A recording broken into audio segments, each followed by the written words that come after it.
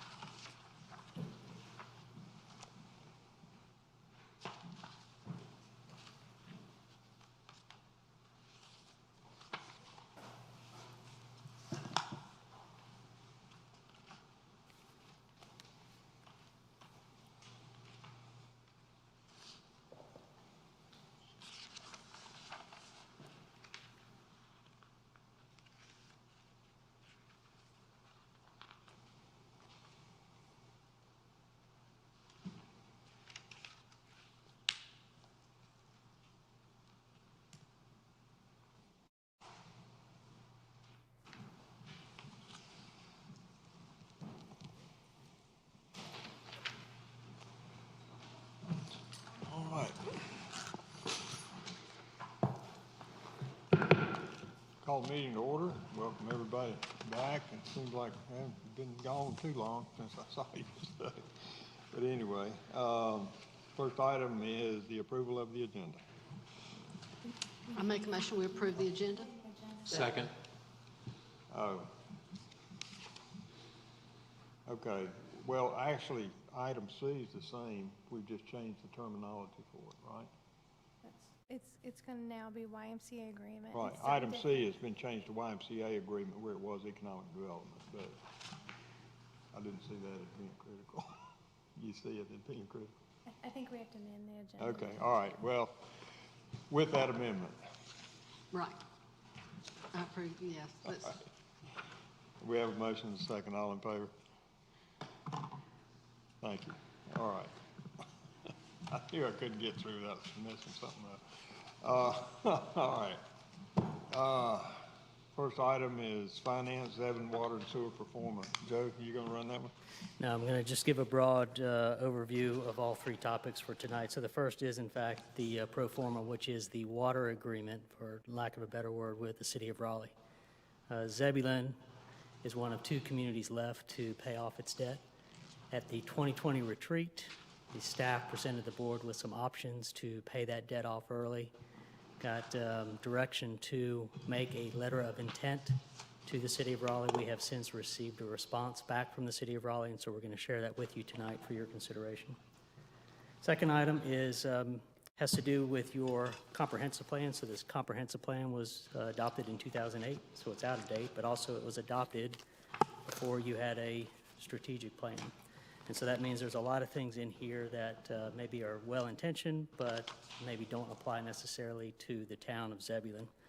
And so tonight's conversation is the start of the rewrite of the economic development chapter in your comprehensive plan. You already have updates underway for rewrite of the land use chapter, the transportation plan, and the creation of a parks and recreation master plan. So tonight's conversation starts that rewrite off. We're going to focus tonight specifically on your business retention and expansion agreement that you have with the Chamber of Commerce. And then the last topic that we'll have tonight, as we mentioned at last night's regular meeting, is we're trying to be as nimble as we can and work with both the Wake County Public School System and the YMCA in offering online learning possibilities through your facilities, namely the community center. So we'll give you the latest, greatest update that we've got on that.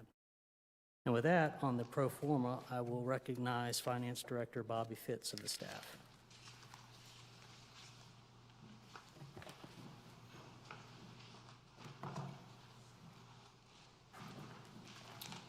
All right, thank you, Joe. As Joe mentioned, this will be a kind of a rehash somewhat of what you saw at the retreat back in February. Seems like forever ago, but it was about 6 months ago now. So Mike and I are going to tag team again like we did in Rocky Mountain Retreat. I'll start with kind of some of the numbers type stuff. He'll get into the population and growth factors, things like that. So what we'll do is a brief rundown of the agenda, kind of look at the background of the whole merger agreement again, look at the current status of the pro forma, how we're progressing towards paying it off. We'll talk about some affordability concerns as far as the water and sewer rates go and what our customers are paying. We'll address some alternatives. There are some options out there that you've heard before. We'll kind of go over those again, and then we'll answer any questions you may have. Also, just stop me anywhere as we're going through, Mike and I, and just throw out any questions. You don't have to wait till the end. Just a reminder, like the City of Raleigh utility system, they are basically a regional water authority made up of the communities you see there. Raleigh, Knightdale, Garner, Wendell, Knightdale, Zebulon, Wake Forest, and Roseville.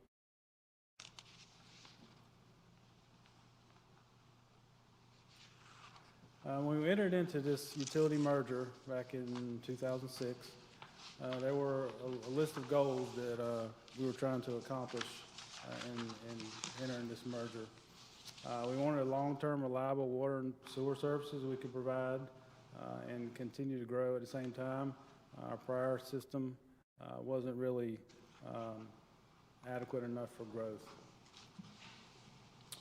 To provide us and other Eastern Lake County towns an opportunity to purchase capacity and continue growth while stabilizing rates for all citizens. By entering this larger regional system, we were able to gain benefits of economies of scale. That's obvious thing. When we were operating a water and sewer plant on our own, it's not very cost-effective way to do it.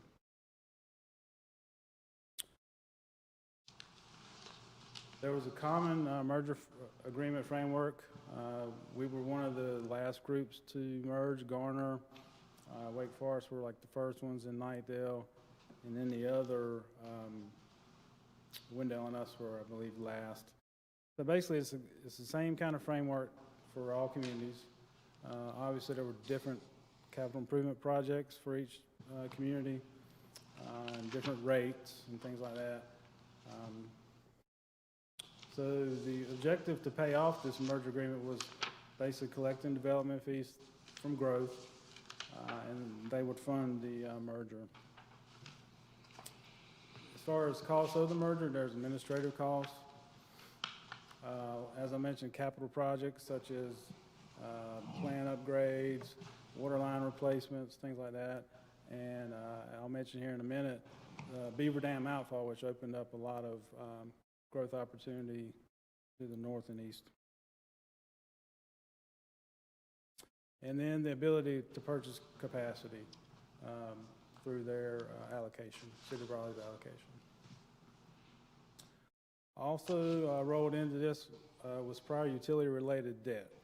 What that is, we had some prior sewer plant bonds that we were on the hook for. So basically what we did is they essentially paid them, we paid them, and they reimbursed us. So that was rolled into the pro forma also.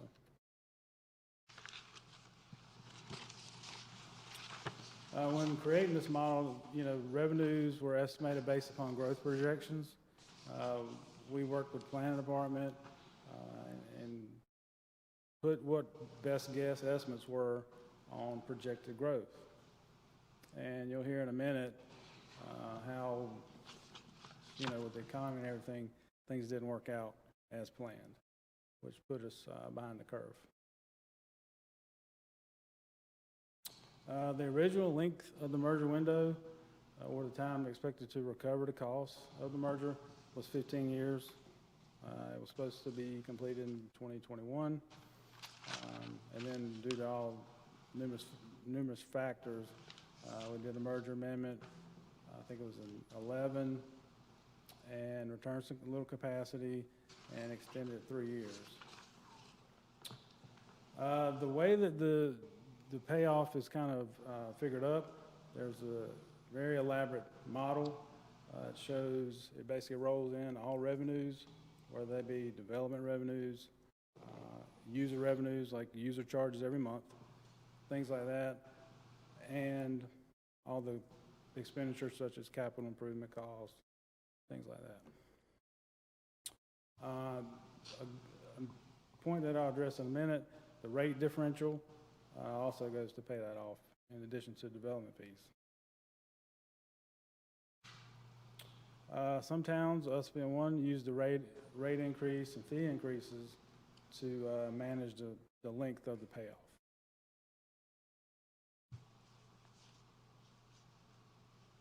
And then, as a part of the merger, we transferred about, I think it was 10 employees that were in our water and sewer operations.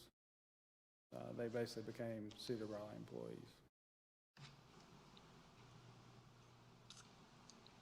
There have been numerous conditions that have changed since we entered this merger agreement. You'll remember there seemed to be a stretch of a few years where there were severe droughts. There were water restrictions implemented.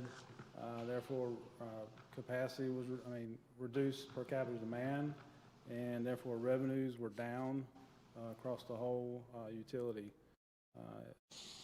because of these water restrictions. We entered into this agreement right before the recession hit. There was hardly any growth going on, and so there was some delay in some of the development projects. Beaver Dam outfall being one. Another factor that seemed to hurt us some too was Raleigh increased their rates because of some of these above mentioned problems, and when they raise their rates, the differential shrinks. Therefore, that slows down our payoff. We had some projects that came in higher than expected. Beaver Dam being another one, that being a large one, and then some of the other stuff. I mean, they factored in, I think, 4% inflation. Sometimes that wasn't enough. One huge issue for us was there was new legislation on development fees. The lawsuit with Carthage created an issue. The General Assembly basically removed our ability to charge these fees. You see here, not working. The Beaver Dam outfall fee, that was strictly going to be paid for by development. That was about a $7 million project. When those fees were, we couldn't collect them anymore, which we only really collected like $40,000. I mean, it was really nothing to even mention. So that was a huge issue for us. It really slowed down this payoff. Bob, let me interject that, and if I'm wrong, tell me I'm wrong. But my understanding is, one, we had a local bill that allowed us to collect that money where the other towns did not. Yeah. And upon merger, the city of Raleigh would not enforce it, but right. They did have the ability to do it. They just chose not to. And their reasoning, as I understand, was they said, well, we got to treat everybody the same. But we were an exception.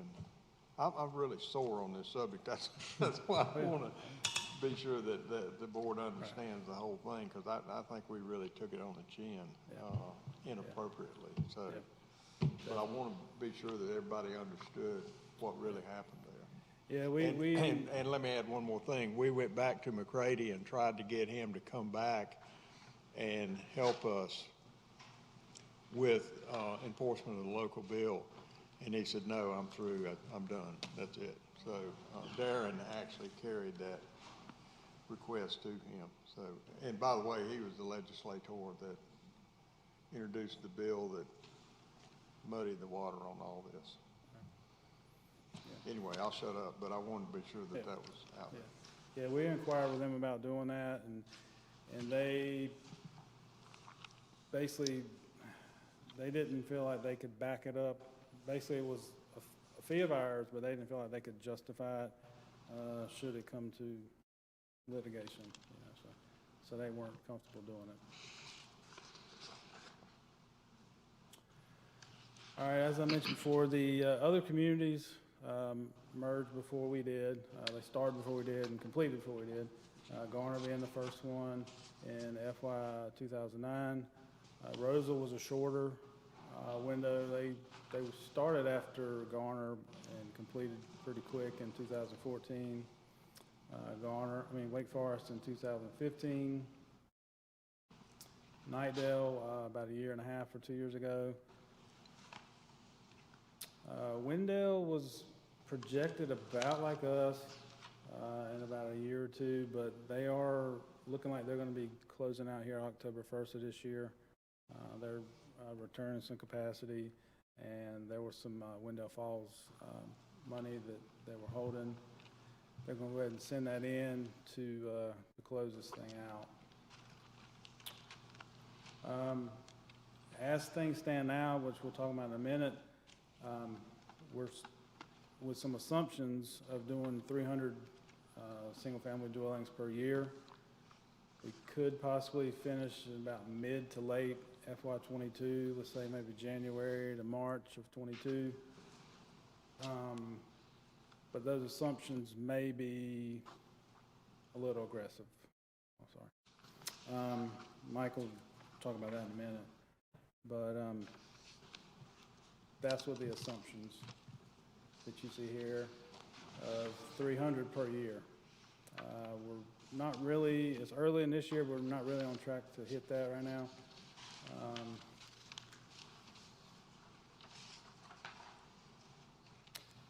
Trying to point it out, but that circle there is where the payoff happens, where the red line crosses above the gray shaded area.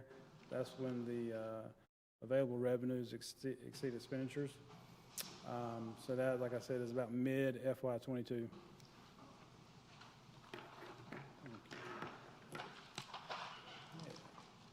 Right here, kind of the payoff.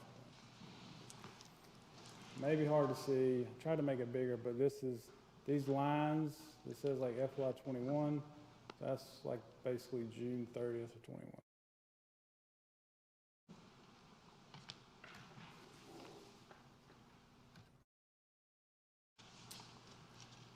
All right, you'll see here, this shows the red line is contracted capacity that we currently have. Right now it's about getting close to 3 million gallons. And then you'll see the dotted blue line, that is our peak demand. This 21 is about around 1 million gallons. So we almost have about 2 million gallons per day excess capacity. That's with the 300 single-family dwellings per year.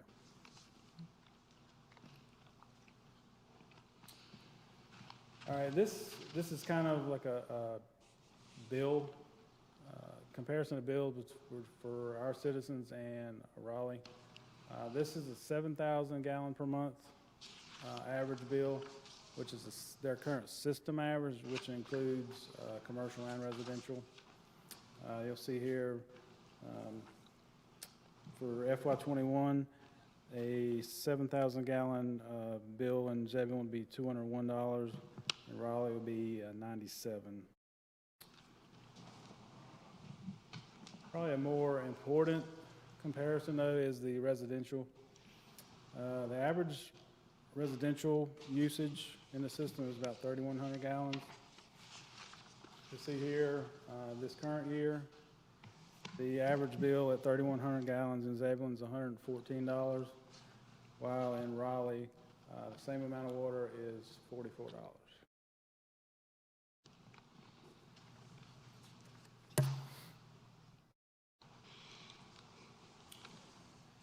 To kind of put a comparison on that, at $70 a month difference, that equates to about $840 annually out of someone's pocket. If you look at the property, compare to property tax, our current January 1st, our new revaluation figure, the average home value in Zebulon is about $193,000. The median home value is about $185,000. 1 penny on the tax rate will cost an additional $19.30 and about $18.50 for the year on that, or about $1.50, $1.60 a month.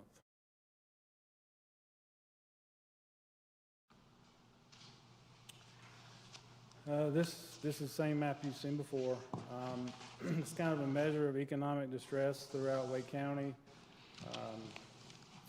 The 5 factors you see there to the left: unemployment, age dependency, low educational attainment, housing vacancy, and poverty level. You'll see us here in, of course, the northeast corner. The red is the highest distress area, and so on. There's a lot of red and orange up here in our area, as you'll see.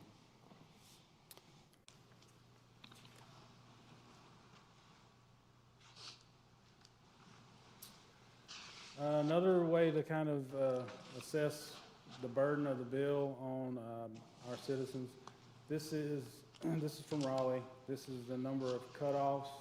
These are more than 4 cutoffs for non-payment. You'll see us here in this area with a little green and yellow, a little bit of blue. This here, and it looks like North Raleigh area, is kind of the highest amount. The little red area there.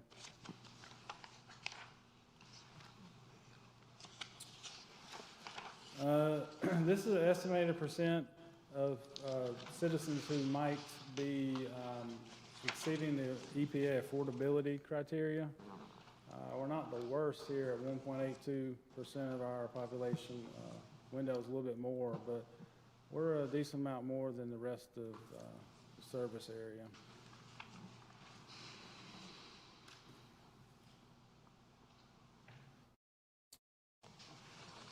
This is a report that we have gotten here recently, and this is from actually today's numbers from this morning.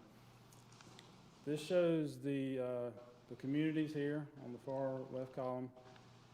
The average, the far right here, the second from the right column shows the balance of those accounts that are past due over $125. So you see here, there's 625 accounts in Zebulon that are past due above $125. That's what they call past due. Those balances total $266,000. So the average past due bill right now on these 625 accounts is about $425. Obviously, they're not cutting off right now due to COVID. They stopped cutoffs back in March, but who knows if they were still cutting off, if this many would be past due.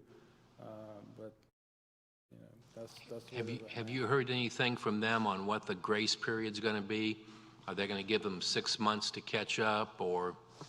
I don't know the details on the length of the grace period, but they are going to do payment agreements. I don't know the time frame. I don't know if it'll be 6 months, a year.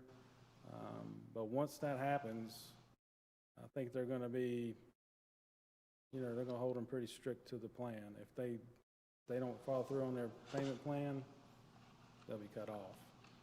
Do they notify us of an address when there is a cutoff, or how do we know about that? We don't know. They don't notify us. The only way we know somebody's cut off is if they come in here and say, hey, I need to pay, I got cut off. That's really the only way we know. And all this information's been collected from the City of Raleigh Utility Department? Okay.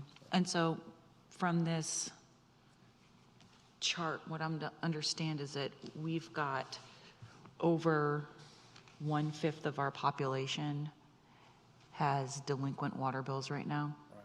Yeah, I was getting ready to talk about that. Yeah, this far right column is the percentage of customers who are past due over the 125. So basically the 625 past due of our total of 2732 are past due. Now, is this over what length of time, or this is just an aggregate of? This is today's info. Okay, and do you have what those numbers were pre-COVID? I don't. Okay. We could try to get them. I don't know if it could be done. It could probably be done. We'd have to check. I've only really seen this report. We don't get it. They get it and they shared it with us, but I've only seen it really for the last few weeks. Okay, thank you.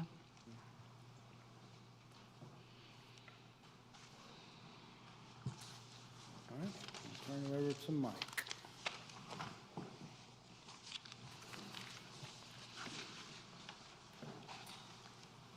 Good evening, Mr. Mayor, members of the board. To shift gears a little bit, we're going to talk about our population and our growth possibilities. Right now, with the water allocation that we have for both water and sewer, we could roughly develop the entirety of our current vacant land, not only within our corporate limits, but also within our ETJ. The ETJ is the light pink area, and the corporate limits are our dark pink area. That is a current snapshot of what we could do, but I think it's best to also look at where we've come and in relation to some of the other communities. Over the past 30 years, the town of Zebulon has not grown at the same rate as a lot of similar communities within Wake County. As you can see, the town of Apex has far exceeded the growth rates of everybody else, where on the eastern side of the county, we've kind of lagged behind. We're slowly starting to catch up, or pre-COVID, we were slowly starting to catch up in terms of those growth rate percentages. However, one thing that this chart does not show is since COVID started, we've seen not quite a full shut-off of new development, but a substantial decline. Previous to COVID, we were on target to hit 300 to 350 new dwelling units per year. The way that we're looking now, we're probably going to end up under 200 dwelling units for this fiscal year. A lot of that is due to customers not purchasing as quickly as possible, which is kind of an anomaly within Wake County, being that there's other portions of the county that have fully rebounded with new development. We also, as part of this project, looked at what's called the max out scenario, where Mike has a heart attack because we suddenly maxed out our water capacity within 1 year. This is showing our existing water allocation usage, and then if we were to develop to the maximum potential of our water allocation, it would bring us almost to 40,000 people. For these population numbers, we translated the water allocation, the sewer allocation, converted those into number of dwelling units, and then multiplied those by 2.9, which is what the U.S. Census Bureau has as the average dwelling population, or the average dwelling occupancy for the town. And as you can see, this is a continuation based on the water allocation that we would receive for the next 30 years. We also broke this into two categories. If we retain the entirety of what we currently have, or we took the option and sold the 100,000 back.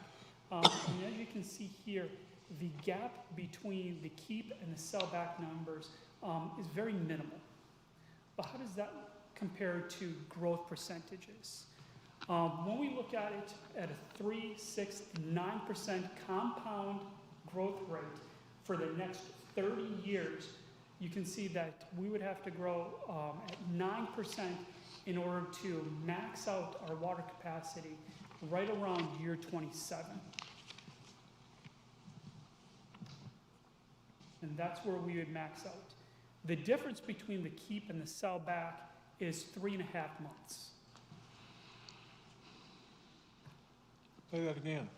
The difference between the keep and the sell back numbers, if we sold back $100,000 or 100,000 gallons of water and I think it was 300 or 500,000 gallons of sewer capacity, that would almost only buy us 3.5 months.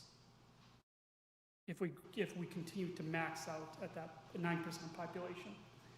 But 9% is actually very aggressive compared to how the other communities on the west side of the county have grown over the past 30 years.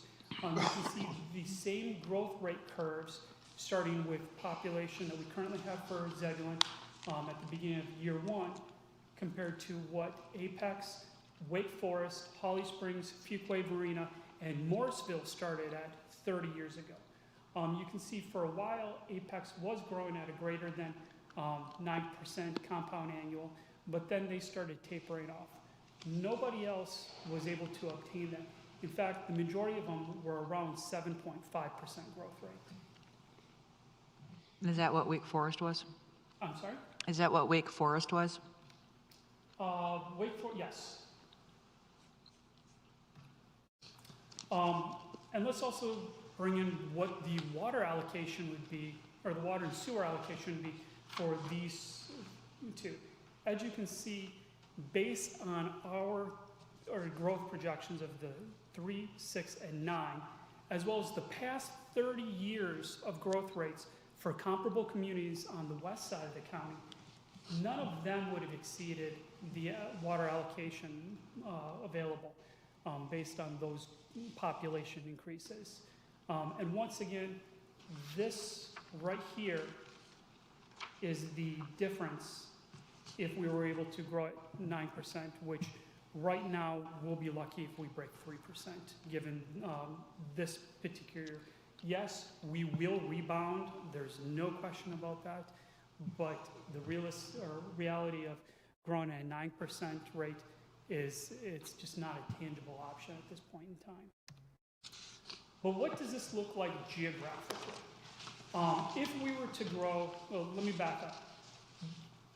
This is based on several assumptions. The biggest is if we were to continue to grow at the same character that we have in the past, which is approximately an average of a 1/4 acre lot.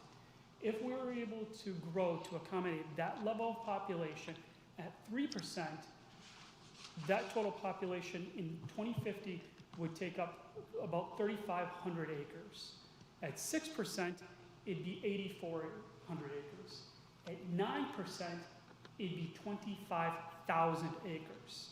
And that number doesn't seem too alarming until we take a look at our total planning area based on, with the exception of the critical watershed, is only 18,221.15 acres. That's not including roads, that's not including non-residential land, that's not including environmentally sensitive areas. So all those will then get deducted out of this. Additionally, with all these growth projections and water allocation rates, it's also based, these numbers are also based on the realization that right now only 42% of our water goes to residential uses and 58% goes to non-residential uses. So we deducted that 58% right off the top as we were beginning these trends analysis.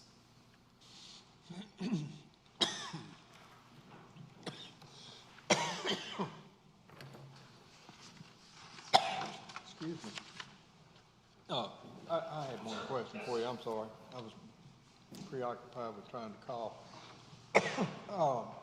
When you're projecting growth, are you projecting any portion of that as being new industry? Yes, going back to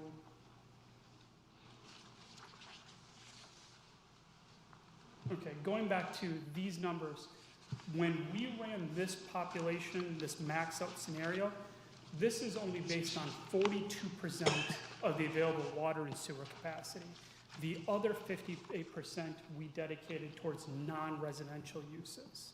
And that is consistent with our previous experiences and our current trends. Okay, I just want to know how you fit those together. Thank you. But does that fit the current, like what our land use plan is going to be? I'm sorry, could you say that again? Is that what we're projecting the land use to actually be, is to remain at 58% non-residential? Unfortunately, that's going to be really dependent upon what comes out of our comprehensive master plan. And that is just usage versus land allocation. One of the things that occurred when the merger agreement was first made, it was assuming 250 gallons per day for a residential dwelling. However, reality is a lot of these houses are far more efficient now than previously, so they've changed those calculations down to 115 gallons per dwelling unit per day. Like 115. 115, and those numbers came from the city of Raleigh. Yeah, I thought it was 180, to be honest with you, but Yeah, that's we, fine. when they said that, we double checked, and, because we were surprised as well. As trends continue, these buildings and these homes are gonna become far more efficient in terms of water usage. One of the things that wasn't really considered for a lot of industries was water reclamation, as an example. I just had a conference call this afternoon with an industrial use that is looking to do, their entire operation was going to use water reclamation versus connecting into the system. We're probably going to see a lot more of that in the future. So the demand on the municipal water supply, as efficiency continues to grow, will decrease. Did that answer your questions? You did mine. Okay, thank you.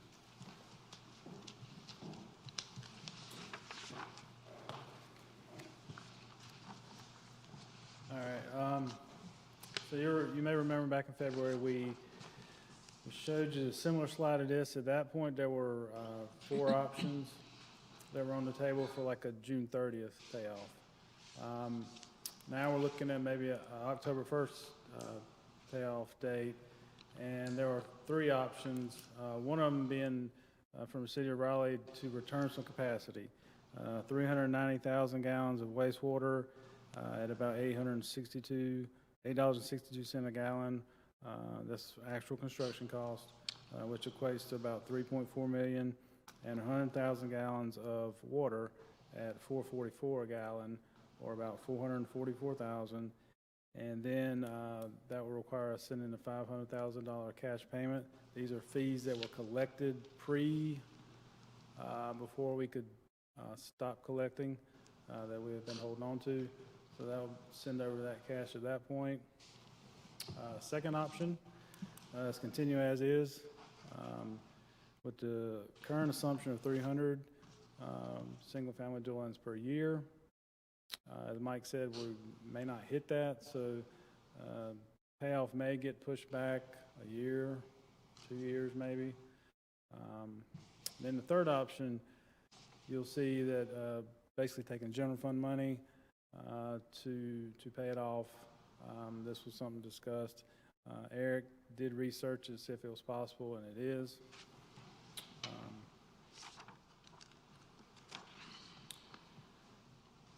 The next steps, you guys basically, I gave Joe preliminary authorization to negotiate back months ago now. If you guys were to give a green light, Raleigh could prepare a draft merger amendment based on terms agreed upon by both parties.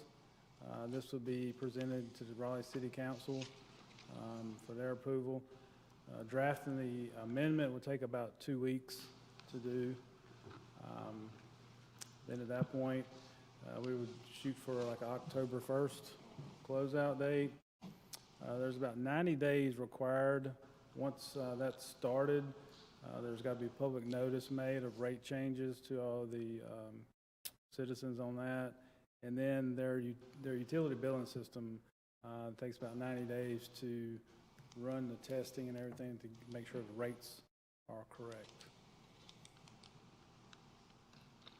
So we'd still be paying through January 21? It would, let's say we shoot for October 1st, close out there. Essentially, our ratepayers would see the difference on their bill probably with the January bill. Okay. And what would that look like? What would that look like? What would that bill? The bill?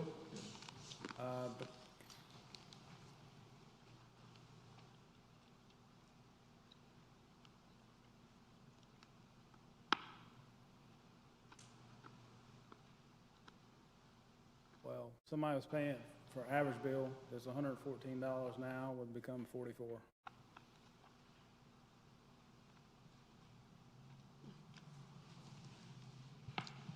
That's what you mean, right?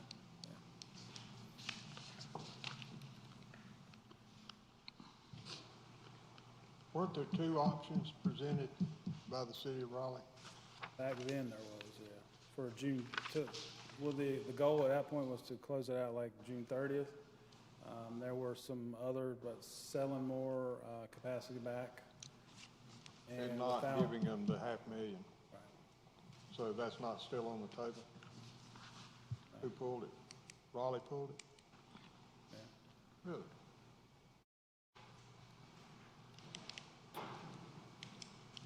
Was there ever a look at how long it would take to pay out if we just gave them the $500,000? That wouldn't really make much difference from the current. You'll see there, the capacity is the most expensive part, and that's where, No, I understand that. I'm just wondering what all was looked yeah. at. I think we ran it, I think it made like 3 months difference, 3 to 6 months.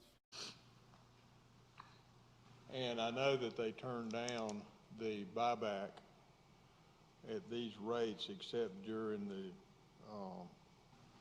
life of Right. this payout, if you will, Right. which is nothing, you know. Does anyone have any projections of what it would cost us to buy it back way down the road? What the rate structure would be at that time? It just depends on what it is at that point, and they don't really know. It'd probably be more than 444. Oh, well, I'm sure of that. And I know it'd be a guess, okay? I understand that nobody actually knows. I know that years ago, when I was on the WUTAT committee, it was projected that per gallon price was going to run up to 15, 16, 17 on water. I don't remember what sewer was. And of course, at that time, there was a higher consumption rate before we went into heavy conservation, which, brought a lot of this back, the consumption along with the other things that you mentioned. But I just wondered if they had any, because this was Raleigh's projection at that time. So I didn't know if they still had projections as to what it might go to. I haven't heard a number lately. They may have one that they haven't shared. It might, I don't know, I'm just guessing, it might be 8, my guess would be like 8 to 10, but Yeah. that could be way off. Well, again, I know nobody knows definitively. I understand that. I just was curious. The other thing, then, it's probably in your line documents there as to what these other towns' capacity actually is relative to their current population, and I've wanted to know that for quite some time. For example, take Wake Forest. 20 years ago, they were about where we are now. How much capacity do they actually have today? That I don't know, and I don't know if they'll share that or not. Raleigh. You don't think Raleigh would share? I don't know. They might. We could check. Well, the towns would. Maybe, yeah. Okay. I just, I'm not trying to slam the door, but I've always had this concern, once we gave back 300,000 some years ago, that we thought we were set, and now we're down to within, maybe 18 months of a payout. And I know, look, I understand the people out there are going to jump for joy to see their water rates drop. I'd be a happy fella too.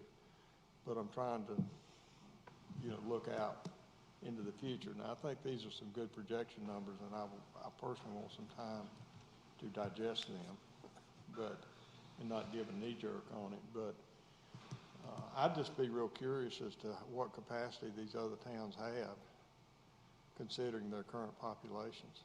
Because I really think, I know we're the last to grow in Wake County. We predicted that a long time ago. So It didn't take a rocket scientist to figure that one out. So, and you're seeing it now with Wendell's growth exceeding ours. And so it's kind of moving out this way.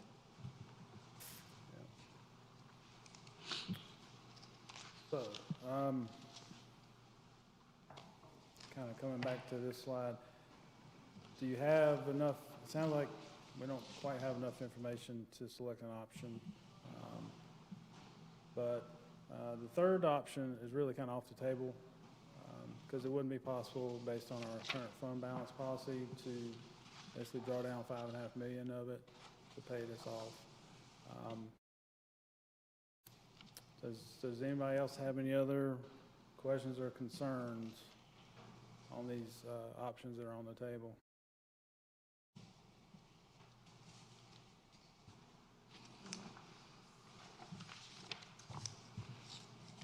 So are you going to find out that information then for us?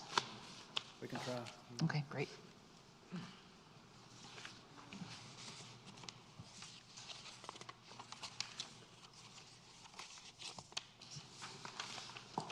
What did you ask him? I'm sorry, Shannon. If he was going to find out the information that you asked about? Okay, thank you. I could be very well. Appreciate it.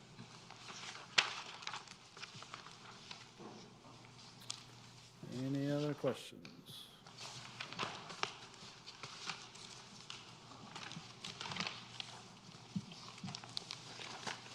Anything else?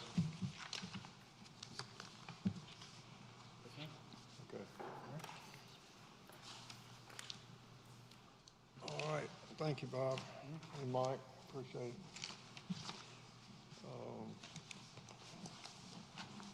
I am told that we can have a break here. So I'm going to give us about a 15-minute break. We'll come back in here at 7 for round 2, and there are snacks in the room next door. And the bathrooms are unlocked and open, so.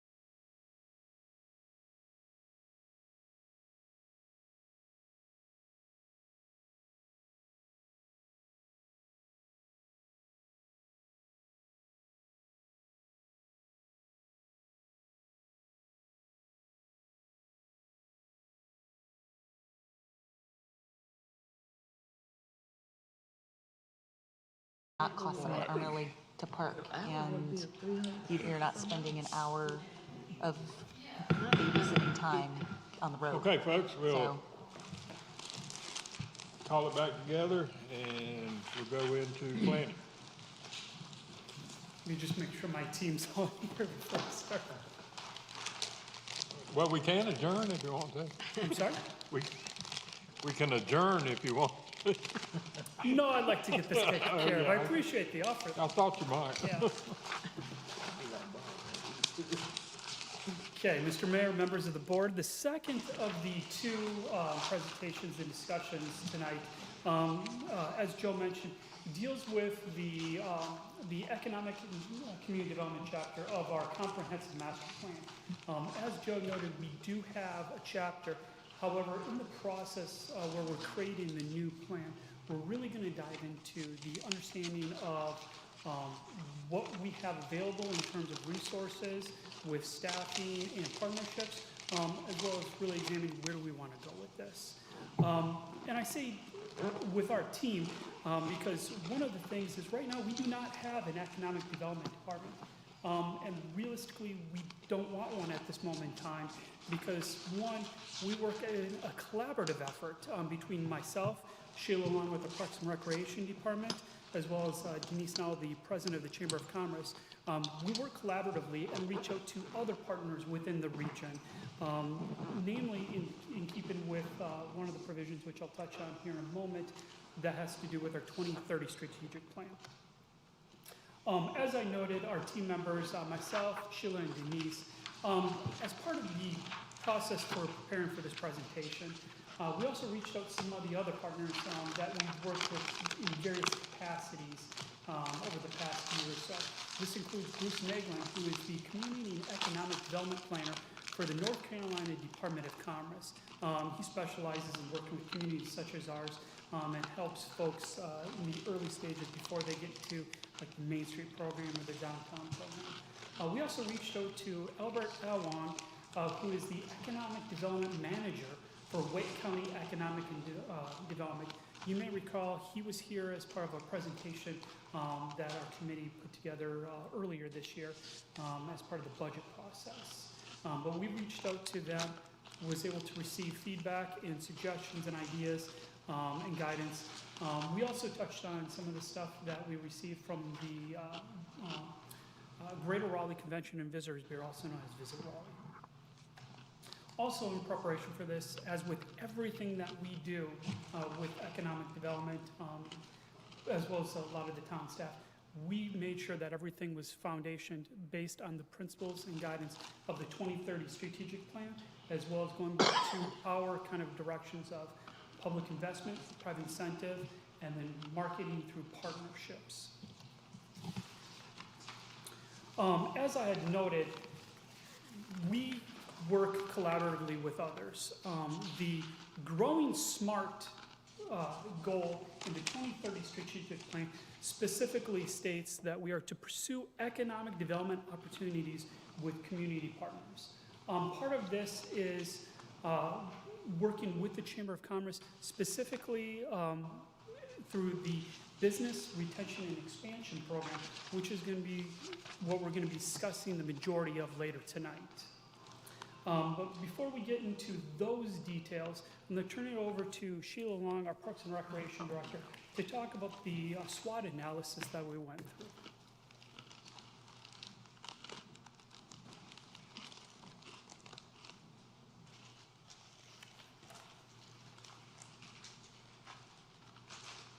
All right, good evening.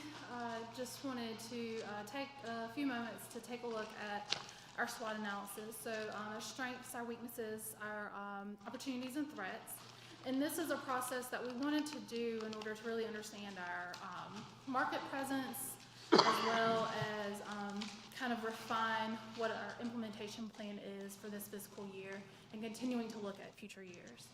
And in doing so, we worked with the partners that Mike mentioned earlier to kind of help refine our SWOT analysis. And it's important to note that what you'll see in this presentation is not all inclusive. So we have lots of strengths, lots of weaknesses, lots of opportunities, and lots of threats. But we're just going to focus on a couple of them for the purpose of this evening. And what you'll see too is that a lot of these kind of feed into each other. So where one, we might say growth is a strength, there's also, opportunity where it could fall in. It could also cause things that are a weakness, or could make things stand out that are a threat. And so, it could be we see something that we think, oh man, that could have fallen in multiple categories. So we're going to kick off with our strengths. And so here, one of our biggest strengths that we see is growth. We currently have about 5,600 residents. We have substantial investment in residential houses and properties. And if pre-COVID numbers were to continue, we know that there are over 3,000 approved or somewhere in the approval process homes to be developed.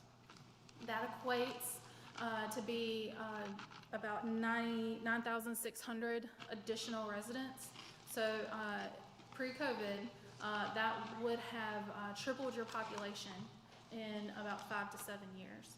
And so that comes, that's a great strength that we have that we can utilize to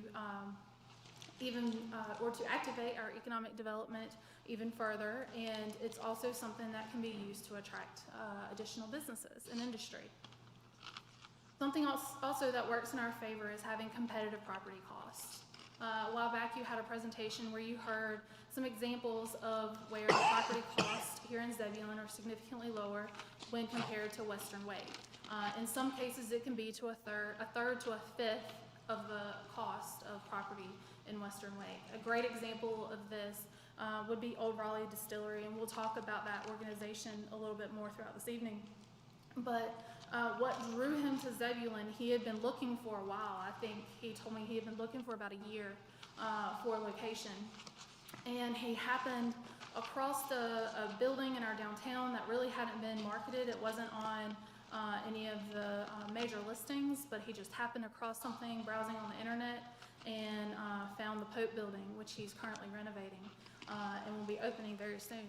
But what sold him on that building was, one, the potential that was coming towards Zebulon, but most important, it was the cost, the amount of square footage that he was able to get for the price he was getting it for. I think another wonderful strength that we have is our highway access. So you've got I-85, which is 64. You've got 264, 96, and 97. These highways they support the business industry. There is a lot of potential for increasing or expanding your network for businesses. But in our opinion, it also leads us to this gateway. We are not just this gateway to Wake County and to the Triangle from the Eastern Regional of the state, but we also are a gateway from the Triangle and Wake County to the Eastern Regional of the state. And what that does a lot of things for us is that it puts us in a position to capitalize on resources from both of those areas. And that's something that we can continue to grow from. That's a tremendous strength for us, that we can be that gateway in both directions.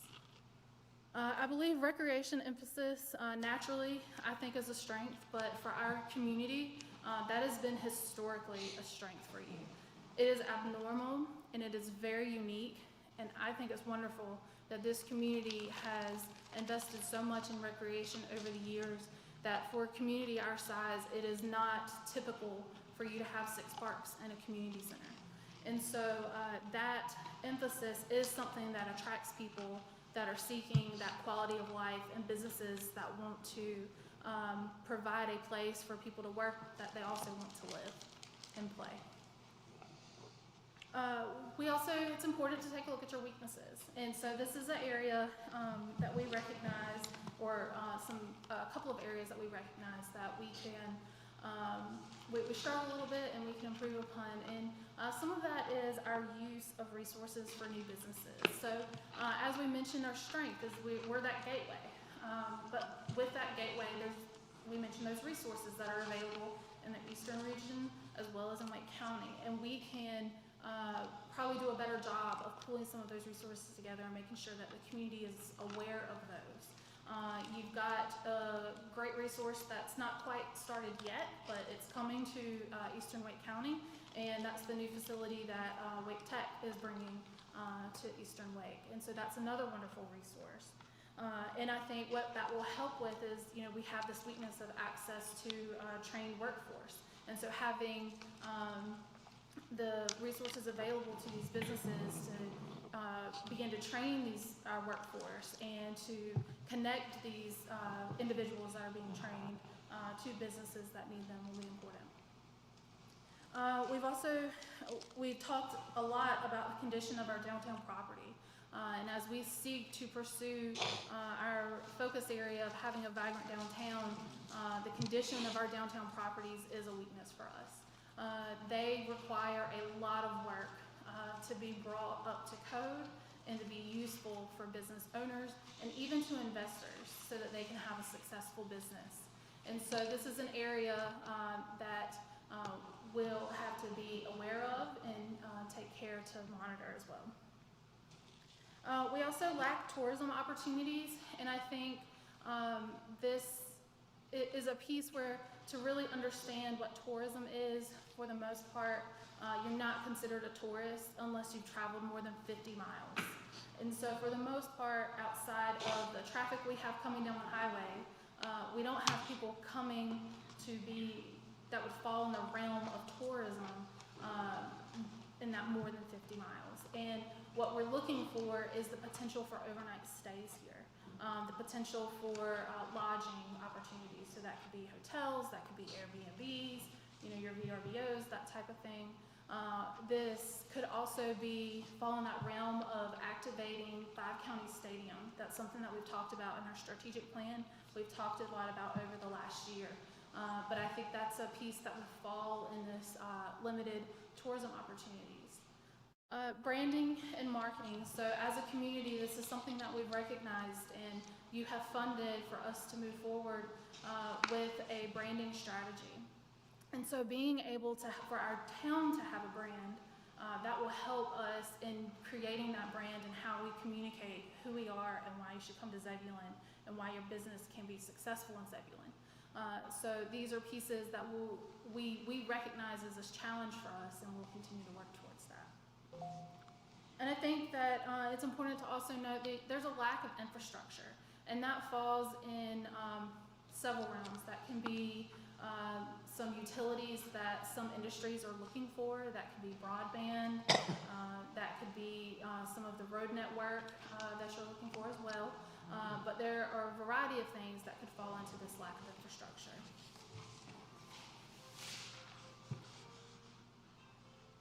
So your opportunities, as we talked about earlier, and our strengths is the cost of the property here is limited, but the other side of that is you also have a lot of it available. There's a lot of property that can be developed and purchased, and so that is definitely an opportunity for us to be able to get that message out when we start talking about how we can communicate the economic development, the business opportunities in our community. You also have a wonderful opportunity that we're going through now, and that's updating your comprehensive plan. That's something you'll continue to hear us talk about, because that is a very important piece as we plan for our land use, as we plan for our transportation, how they work together and how they impact our community, and what it is we would like our community to look like as we move forward in future years. Another wonderful opportunity is we've talked about how this Economic Development Committee, what makes it work right now is that we're bringing together partners, but we also recognize that we're not doing it to its fullest capacity. And so we know that we have our own capacity, but there are things that we can do better. And there are ways that we can work together as a committee as we grow and get more familiar with or more defined process that we'll be able to maximize and increase how we utilize our partners. And so as we expand with that right now we've kind of focused on some of that Wake County resource that's available. We'll be able to look into some of the eastern regional part of the state and any potential partners in that area as well. And I think that you'll see some wonderful potentials coming out of Wake Tech that will support this economic development piece, which is a great liaison into our next piece of education. And I think that this is really important, that there are communities where there are families and there are businesses that look to what the education is like in the community when a community needs to grow and when they're looking to consider whether or not they're moving into that community. And so expanding upon the partnerships that we currently have with education partners is going to be important. And I think tonight what will come before you is an opportunity to do just that. So we'll talk about that relationship with the YMCA and how we can support a need that Wake County Public Schools has identified for some of our local youth to ensure that they're educated throughout this COVID pandemic. Another thing about partners is young professional networks. So this is a little bit different than a civic group. Young professional networks, we're looking to connect from a business standpoint. We're looking to help them create relationships with one another, have buy-in into the community and how they impact one another, how they can help each other grow. And I think a great example of this is what's come out of some things that Denise has done with the chamber and offering some small groups, bringing new young professionals in our community together to kind of share experiences, share contacts. And why that's so important is because they will continue to share that with others. And we've already seen that. We can't go into too much detail, but you know, we've already seen some experience where some of these new young professionals are coming in and looking to open a business, and they're going, it's so great, we need to go check out, or we need to talk to this person that I know that has this restaurant. And then they bring those young professionals in. So it's a great network that we need to continue to cultivate and nurture. Downtown revitalization and the DAC program, so the Downtown Associate Community Program that we're entering in January. So this is a huge opportunity for us. This is an opportunity for us to really guide the revitalization of our downtown and to maximize the resources that you have made available and may make available in the future, such as your grants and other items, as well as streamlining event opportunities, increasing your public art opportunities, working with some of your other partners. There's a lot of potential that comes forward with the downtown revitalization and the DAC program. When we take a look at our threats, some of the things that we've talked about as recent as last night is, you know, slow infrastructure improvements. There are challenges with keeping up with the street impacts as our population grows. The sidewalk, we've had, prior to the budget, we had a walkability work session, and we talked about how expensive it is to actually put down sidewalk and the cost of crosswalks and things like that. So those are challenging because these businesses are seeking, you know, that transportation aspect, and as our community grows, those impacts on our infrastructure will continue to grow. And that's why this long-term development and planning is and will continue to be a threat until we, you know, you've already got your UDO, but this comprehensive plan that you're working on for land use and transportation, that's going to be hugely important. And although you have a comprehensive plan, it didn't have the vision that you have now, and it has its limitations on how we move forward. And so that piece is going to be extremely important for you. Public relations and communications. So we vaguely touched on this earlier, but this is, I think, something that we could get left behind and we want to get in front of, but we don't currently have the capacity to go out there and sing the song of why you come to Zebulon. And so that's something that we want to get in front of at some point as we move forward in our implementation plan. And COVID-19 is a natural threat to our community, as is with every community right now. Our businesses, we don't know, our businesses don't know how long this is going to last, what restrictions are going to remain or continue, or are there going to be new restrictions that come out of this? Are they going to be able to ever return to business as they're used to returning to business? So there are a lot of unknowns that we're going to have to continue to work together and continue to monitor.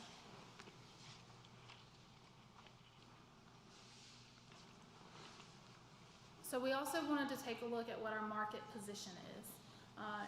And based on the capacity of kind of our committee and what we can accomplish, what are the things that we can retain and what are the things that we can cultivate?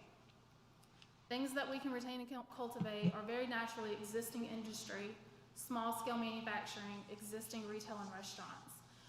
These three items are things that across our organization are happening on an ongoing basis.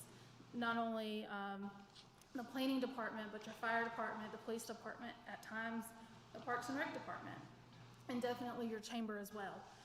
So these are relationships that we continue to have as they have needs that arise, where we stand ready to work with them. We're ready to partner when that's possible. Your economic diversity and housing choices. That's something you just passed your UDO that prioritized having economic diversity when these developments are coming in. So you'll continue to see that. Expanding usage of the 5-county stadium. So this is something that we continue to have conversations. We were moving forward just prior to COVID, and we had talked about that in our previous work session. But as we come out of COVID and returning to the life of being able to do events and things like that return, that's something we'll be able to continue to try and cultivate some more. And then we look at what are some of the things that we can naturally attract in the free market. We know that we can naturally attract lodging. That's something where we've had people check in with us that have been interested enough to look at specific properties, to ask questions. Your chamber department, or not chamber department, but your Chamber of Commerce has done a study. They've looked into our businesses to see how would you use a hotel, how many room nights do you currently use, what do you foresee needing. So we know based on just that piece, finding out what the Mudcat Stadium would need from a hotel perspective, but also as your community grows, there'll be a natural need for some room nights, as well as the expansion of, or the identification of 64 as I-85. There'll come some natural need for hotels there. And so we're, yes? I-87. I-87, did I say 85? Yeah, twice. I was on 95 the other day. Sorry. But yes, so that will be something we'll continue to respond to those inquiries. It is a good thing that you're getting some of those inquiries, and we'll continue to work with Greater Raleigh Convention and Visitors Bureau on how we can continue to be attractive and grow how we can expand upon that attraction as well. Jill, let me, since he mentioned I-87, there's also interstate designation for future going from here to Greenville on 264, and I cannot remember the number of that, but we're going to be at the crossroads of two interstates, which really puts us on the map, I think. Absolutely. And I think that goes back to being that gateway to the eastern region of the state. It does, but I couldn't remember the designation for the one going to Greenville, but it's irrelevant, I guess. I think it's 587. 587, I think. No, it's 487. Or 487? 293. Hike. It's really irrelevant. I was thinking it was a two-digit number, but it's irrelevant. The point being is it's going to be two interstates converging here in Zebulon, but I was thinking it was a two-digit interstate designation. Maybe I'm wrong. I don't know. Whatever. Sorry, go ahead. Well, no, I mean, it's a great point, because I think it just feeds into kind of what our strengths are, and having those designations really impacts your need for hotel rooms later. So experiential retail and restaurants, that's going to be another thing that we know we can attract. You've already seen some of that. You have a boutique bridal shop. People go to that not because they just want a wedding dress. I mean, they can go to some of your chains to buy a wedding dress, but they go there because they want a specific experience that you would only get there. I think the same thing you'll see is Old Raleigh Distillery.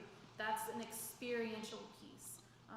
If you wanted to go buy the liquors he'll offer, I mean, you could buy that at an ABC store, or you could go to just your typical restaurant but he's gonna offer a very unique experience that's gonna attract people to his business.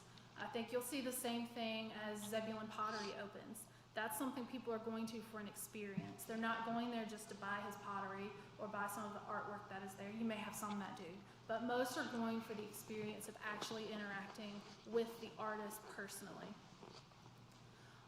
And even being able to participate in that. I think the next thing that you'll naturally attract is gonna be grocery stores and big box retail.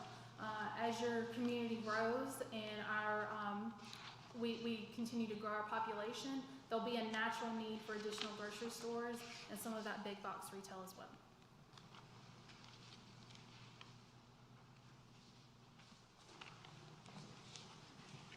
So it was important for us to also recognize, based on the capacities that we have infrastructure-wise, as well as a staff, as a committee, kind of what is out of our wheelhouse. We recognize that solicitation for new businesses or industry is not currently in our wheelhouse, and it's not part of your business retention and expansion plan. And that's mainly from a capacity of staff.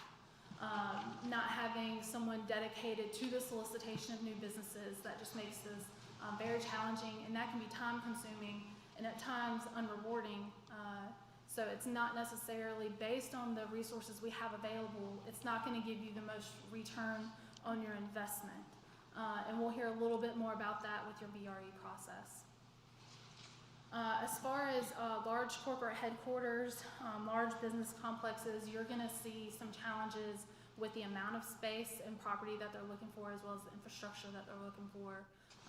We're not, although we said that you can naturally attract grocery stores and big box retail, that's not something as a committee we're in the position to be able to go after and try to recruit.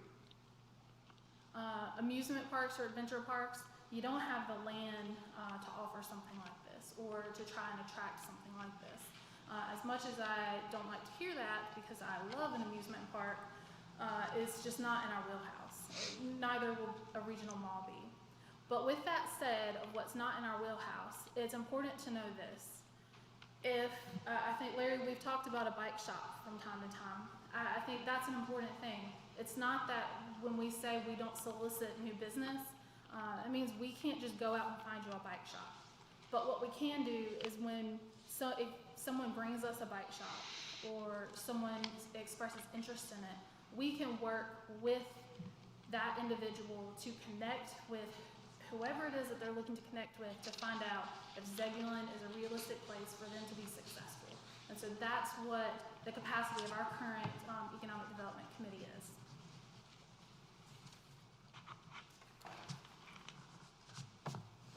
So where do we go from here is a great piece. So we've taken the time to look at our SWOT analysis, we've considered our market position, and weighed that against available resources in our capacity.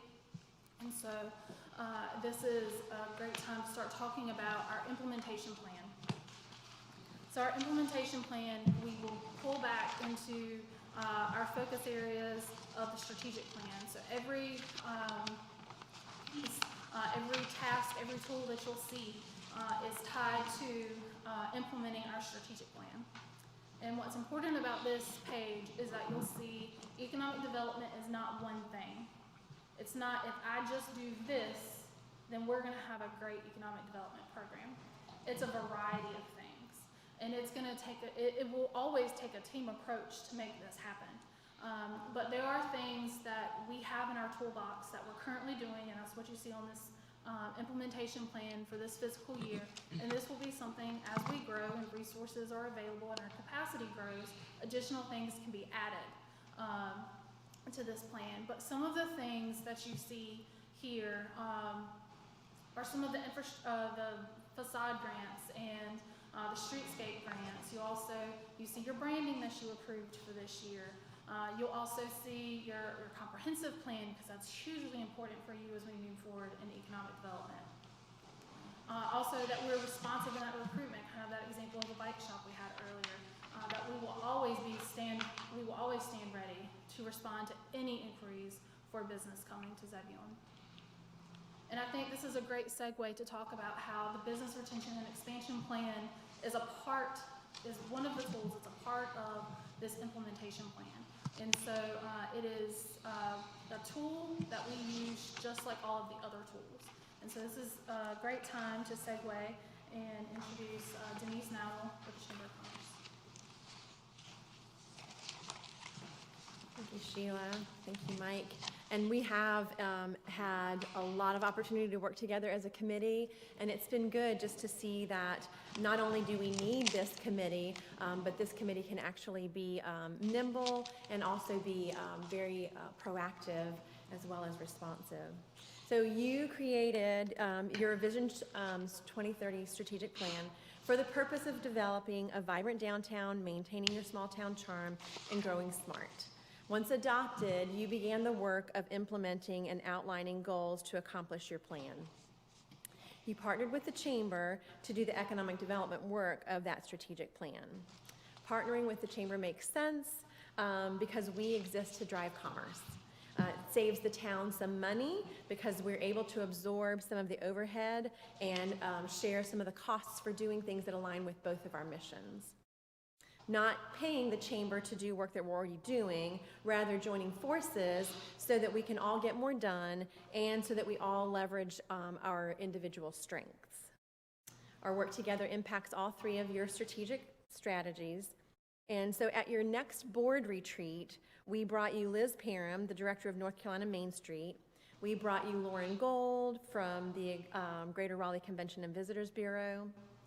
We brought you Kimberly Van Dyke, the Planning and Community Revitalization Director for the City of Wilson. And we brought you Crystal Morphus, the Director of Creative Economic Development Consulting. As a result of that, some things that have been accomplished since then is that Zebulon has now been accepted into this downtown Main Street program for DAC.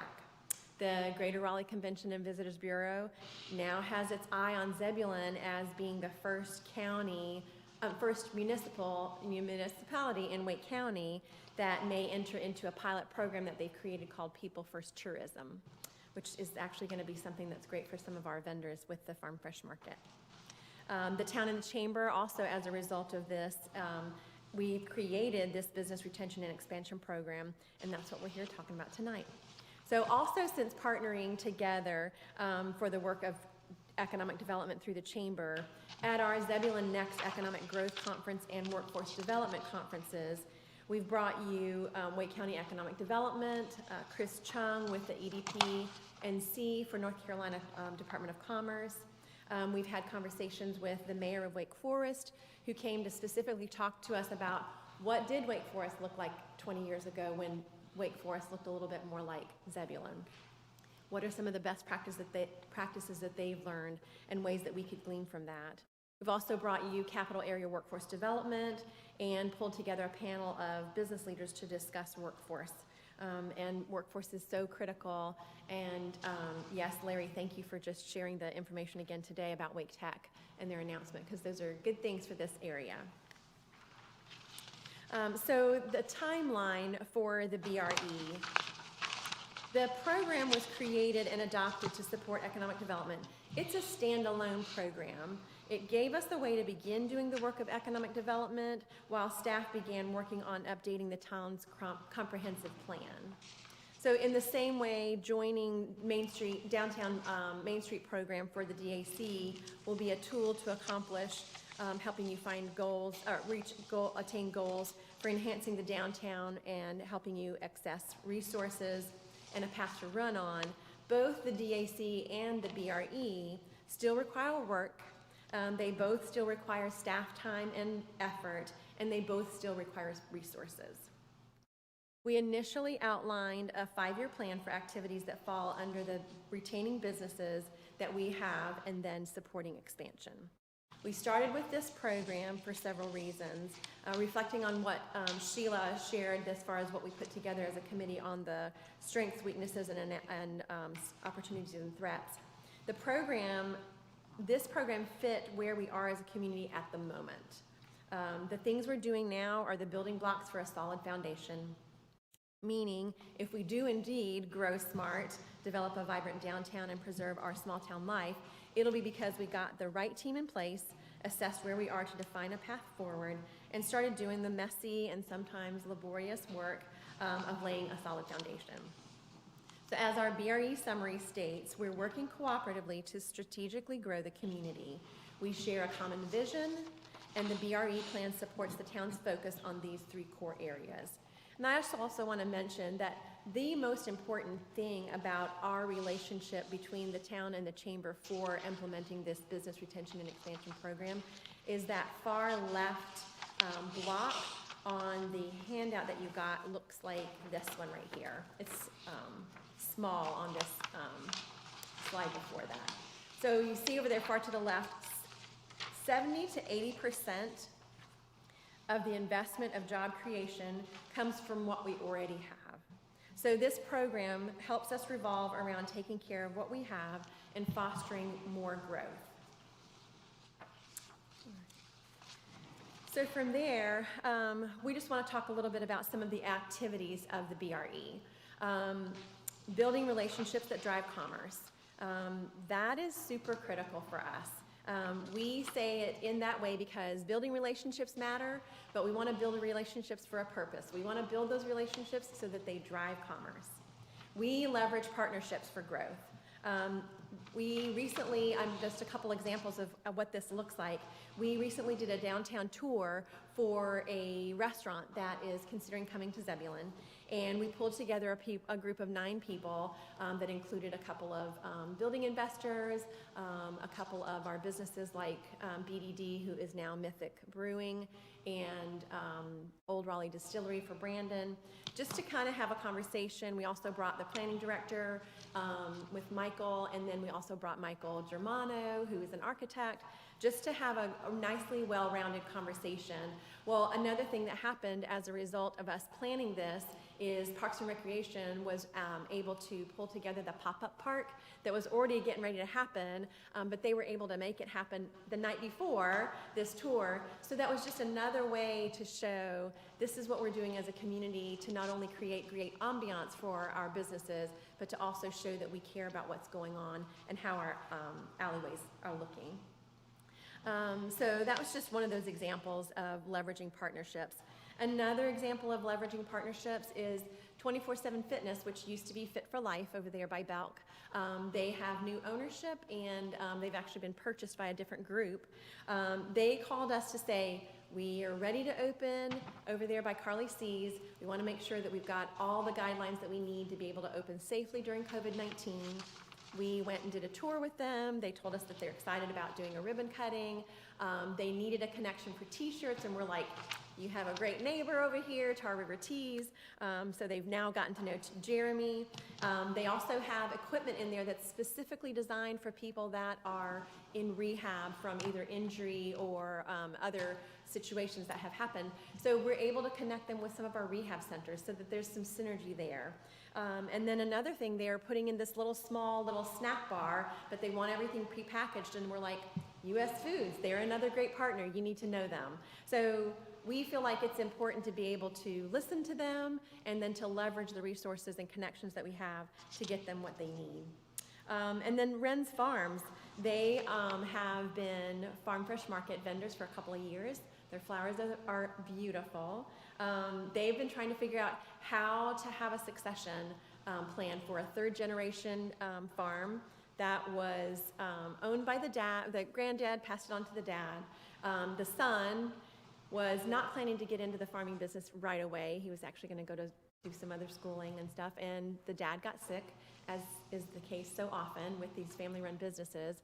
So he had to figure out, okay, how do I pivot? How do I pivot quickly?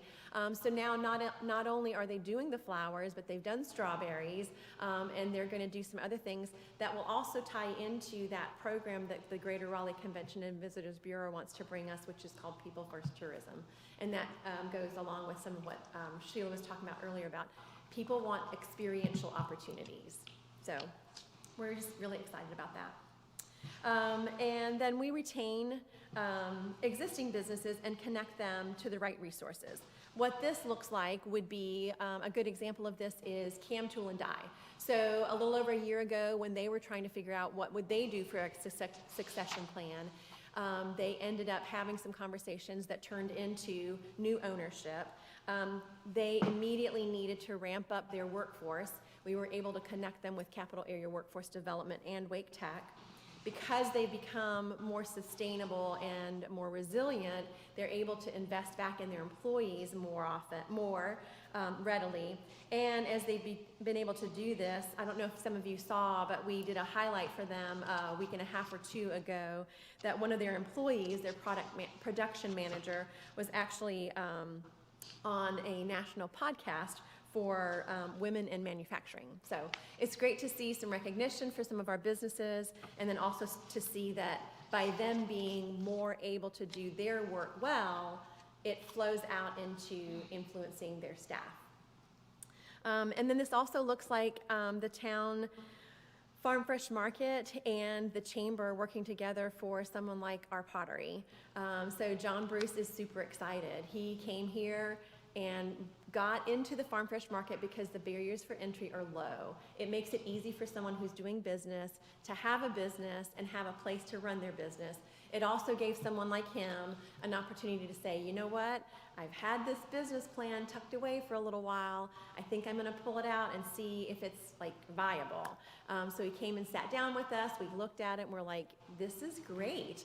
What do you need next? And so Sheila and I probably, I don't know, sent him to like 5, 7 different places that were options for him. And as is the case so many times, sometimes it just takes a little bit of time to figure out where do you need to be. We're super excited that he's landed where he has, and I think most of you have gotten an invitation to his ribbon cutting. But he's a great example for us to show. He actually came from the Farm Fresh Market, and he is going to be in a brick and mortar. So we love using the phrase of someone that's gone from market to mortar. And we always like to see that there are connections between the things that we're doing for these businesses and how it ties back to the focus goals that you have for your strategic plan. We've also continued growing our partnership with the town through multiple staff changes and countless hours of meetings with town leadership, hosting a Meet the Candidates reception, and regular efforts to stay connected with you as commissioners and for you as the mayor. So as we shared, so let's talk about the deliverables for the BRE for this year. So this will be your September 1st agenda item, and this is what we'll be talking about. As we shared at our June budget update, and in light of town funding being less than anticipated, like everyone, we find ourselves in that difficult position of still needing to move forward while adjusting our sales in response to what we're facing. This means we're putting a pause on expanding the program right now. We will emerge from this, and when we do, we all want to be positioned to regain traction as quickly as possible because commerce doesn't stop. The goals of the BRE remain the same. The timeline for progress in some areas will happen sooner than others. The biggest part of this partnership is the staff time it takes to build and maintain relationships. So the BRE deliverables that you can expect for the $20,000 investment will be around these 4 focus areas. Business visits. So what that looks like, that would be meeting with a business who has some either questions or concerns and having a discussion around what are your pain points or what's going on that's great and you need to grow and how can we help you find another facility. We're doing this right now for a business that is interested in coming to Zebulon, and if everything goes as they hope, they're immediately going to have to hire somewhere between 20 and 30 staff members. Setting up these meetings takes time. We know that sometimes it takes multiple attempts to actually just get in touch with them. We get in touch with them, and then it takes multiple conversations before they trust you because they're not going to share what's going on in their business until they know that you're a safe place to be able to share that information. We know, though, that it's critical to get to these businesses as early as possible because if we aren't doing this, then a business that doesn't have those connections makes decisions in a vacuum and doesn't realize, one, that resources might be available to them that could help them, Or two, we don't find out about it until the for sale sign goes up, or they announce on social media that they've decided to close down. We want to avoid that as much as possible. The next one is serving the business community. So this one sounds a little broad, so I'm going to break it down. It looks, some of what this looks like is those roundtables that we've been talking about. So the first one that we started was the Emerging Business Roundtable, and it has grown from about 6 businesses that had reasons to be connected to one another to somewhere between 8 and 11 now, depending on when we meet. It's been amazing. Sheila touched on it well. These businesses have realized that not only do they need each other, but they actually can help each other. So when someone like a Brandon is saying, this is what's going on for me, and someone like an Amanda says, you know, we're working really hard to get off the ground and get opened, but these are the challenges that we're facing. It gives them a place to be able to share, this is where I am in my life cycle for business, and either can you help me, or is there a shoulder that I can cry on? Another reason that this is important to us is because not everyone who comes and gets ready to start business here has had a great experience. And when we're having these conversations with these businesses early on, we're able to tell the story. We're able to share with them, it is great doing business with Zebulon. And we can literally meet with them and then walk them up here to meet Michael Clark and the planning department or the other departments that they need to meet. And so some other roundtables that you haven't heard a lot about that are just coming out is a multicultural business roundtable, and then also a succession planning roundtable, because we see that there's definitely a need in that space. Supporting the economic growth as the conduit between business owners and the planning department. This looks like meeting a Brandon McCraney. We pick on him a little bit because he's a great example, but he literally did find that building, and it was kind of like under the radar, and he came and looked at it, and he's like, I think I want to be here, but I really want to know what's it like to do business in Zebulon. So he came and knocked on the door at the chamber. We met with him. We talked about what we would need to either help him with or what kind of questions that he needed answered, and then we literally did walk him up here and introduced him to Michael Clark. And he emailed us later and he said, I don't know that I've ever been treated so well in a town that made sure that I got handheld all the way through the process. So we're super excited for that. It also looks like a conversation that we started 2 weeks ago with a minority-owned business owner. It's 2 partners that own space here in Zebulon, and they called us up to say, hey, what does Zebulon need? Oh my goodness, I wish we could get like 10 of those kinds of phone calls, right? That's awesome. Having someone available at the chamber matters, because when a prospective business person is ready to talk, they've already done a lot of the pre-analysis, they've done a lot of the searching and investigating, and they're really ready to talk to a real person. That's why we want to make sure that someone's there to do that. If we are not there, then that person is like, well, maybe it's not going to be easy to get a hold of someone. Maybe it's going to take time. In the meantime, there's this other listing across town in another community that I'm just going to go take a look at. And we want to make sure that we're here and that experience is amazing and as seamless as possible. The next one is creatively revisiting how to execute on our Zebulon Next Economic Growth Conference and Workforce Development Conferences. These are super important to us. We do this because it gives our business leaders direct access to partners who may be able to speak into some of the problems that they're facing right now.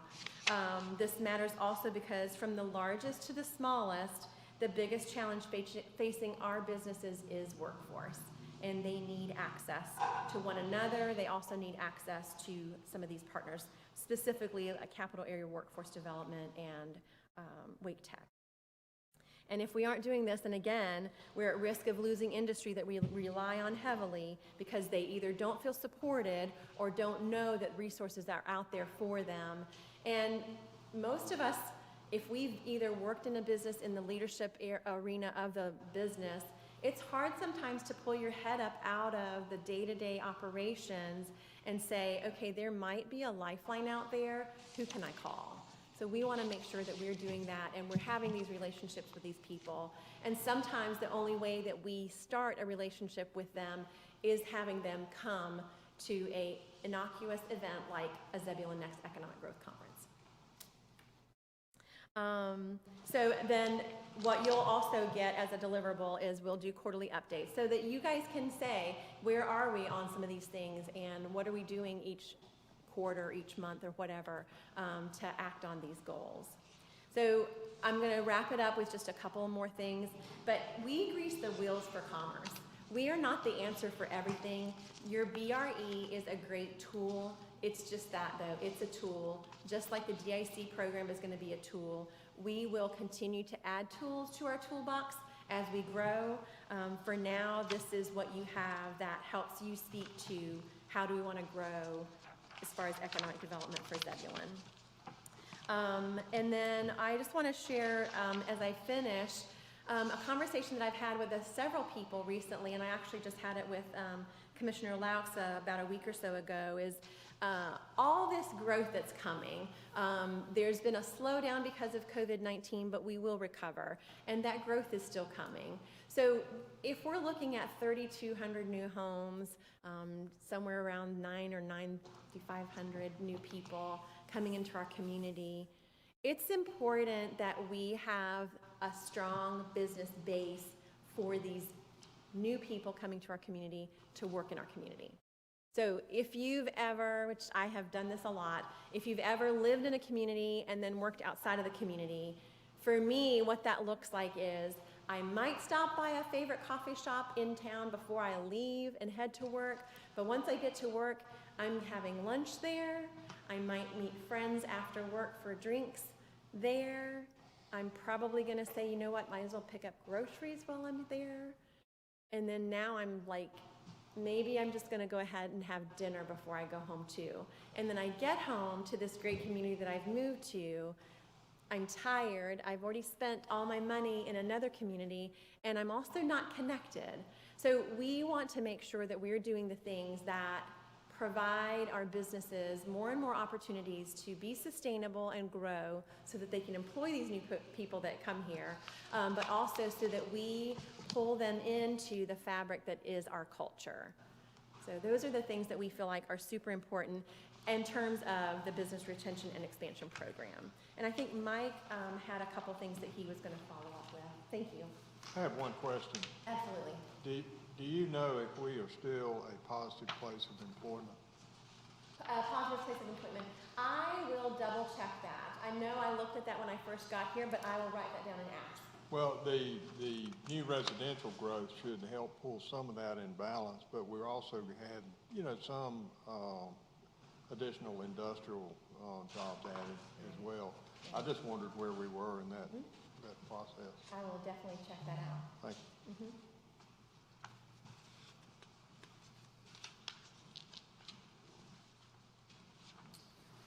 Okay, to wrap it up, like Denise mentioned, the BRE is only one tool that we're using for economic development.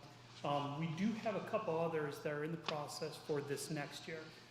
Specifically, as we touched on a couple times, is the establishment of an economic vision and making sure that vision is rolled into the economic development chapter of our comprehensive plan. This is essentially going to be the playbook for what we're going to look like in 10, 15, 30 years down the road. The document itself, as part of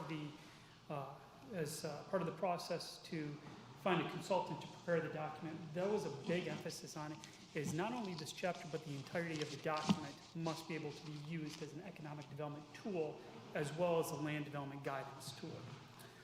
We're also going to begin our inventory analysis. One of the things that we need this to highlight is not only what is available, but what is not available, to really understand the market conditions of what are folks seeking and find, okay, is this something we even have available at this moment in time?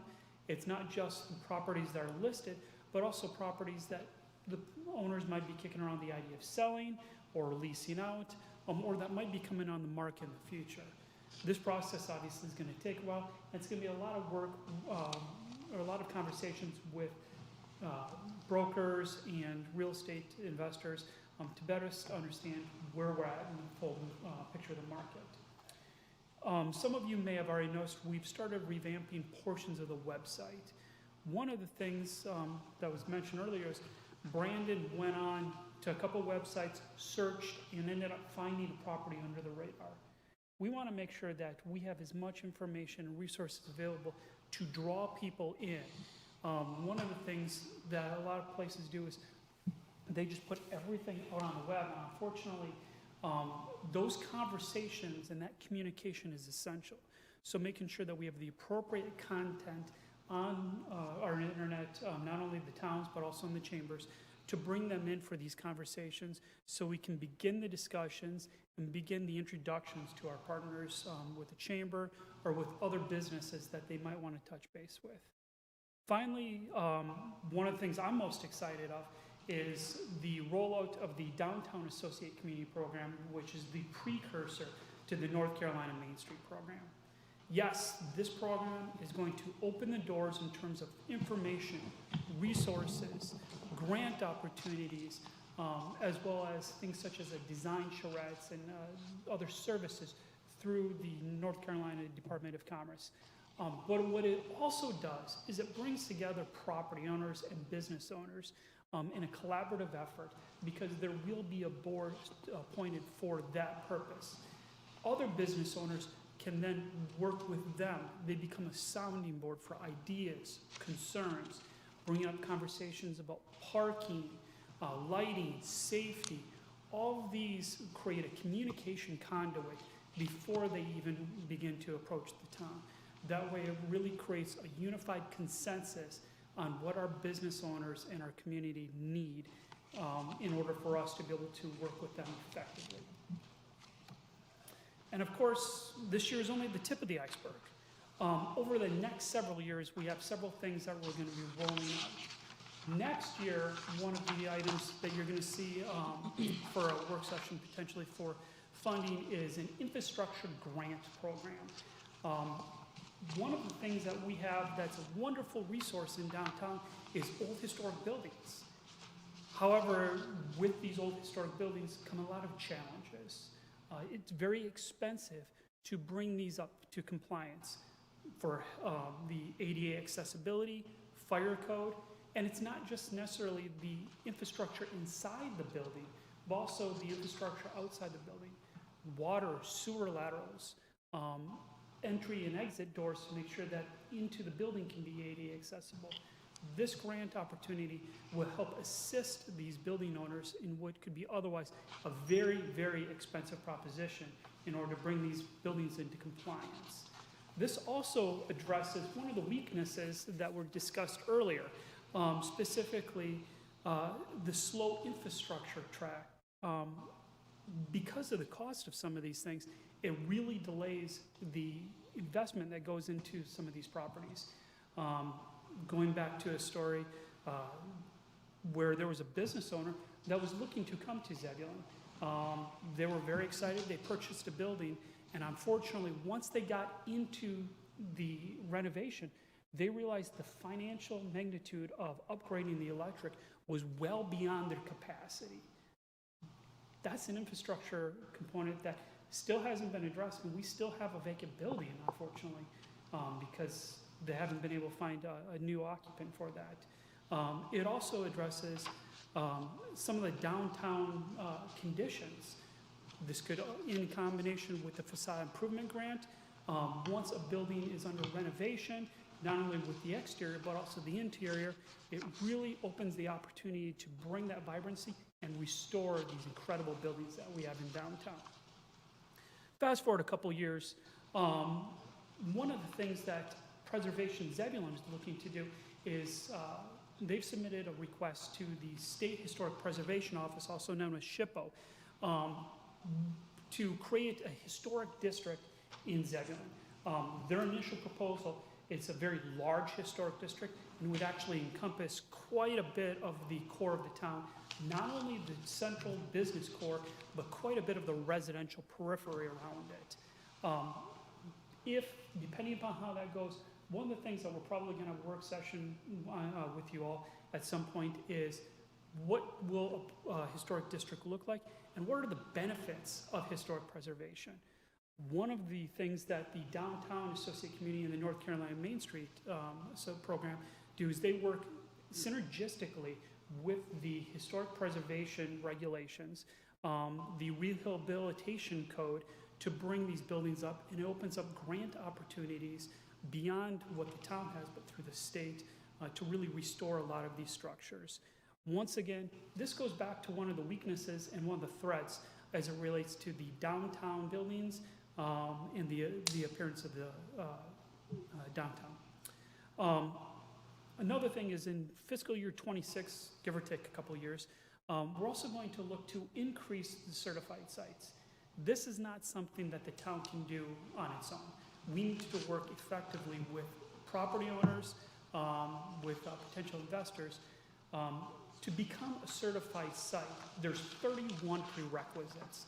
These include having a really good understanding of where the water is, where the sewer is, natural gas, the capacity for each of those, communications, location to freeways and other major transportation corridors, as well as a phase 1 environmental analysis and a full building analysis if there are structures in there.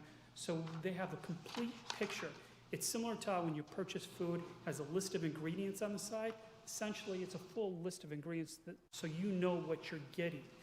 This is one of the things that Wake County Economic Development does to really help fast track a lot of these corporations, is they reach out to each of the communities to ask, okay, this property or this project is looking for this checklist of items.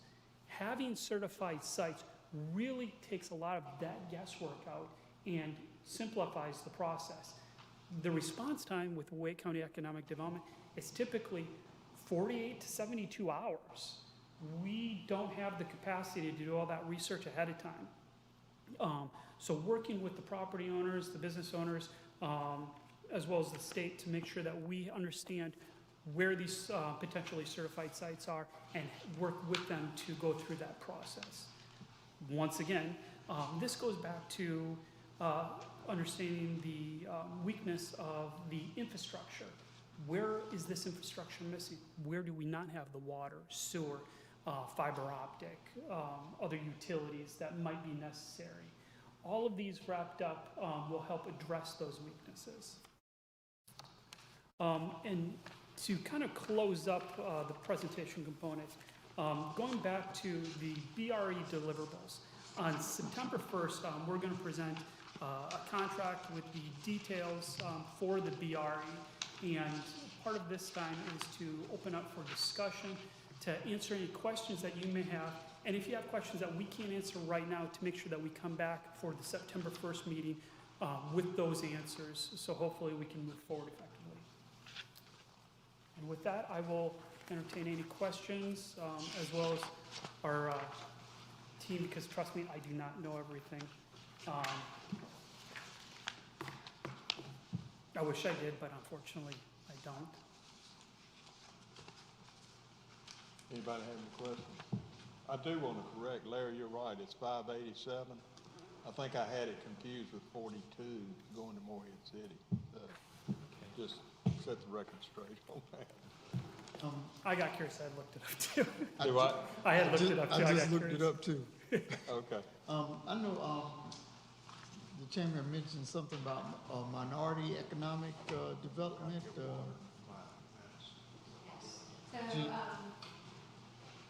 Yes, sir. Could you elaborate? Sure. So we are putting together, we're putting together a multicultural business roundtable. And then I think we also chatted about there is a minority-owned business that that now owns a building in Zebulon and has called us to say, we've got this building, what does Zebulon need? So we're entertaining that. And once I know more, I'm happy to connect you with them if you'd like. That'd be great. Thank you. Sure.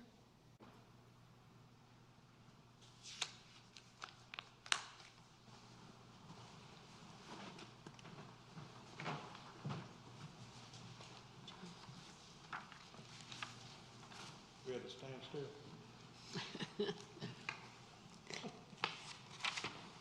Sorry, I had to get water so I could take my medicine. Are we at a standstill? Does anybody have any questions? Guess not. Thank you. Y'all did a great job.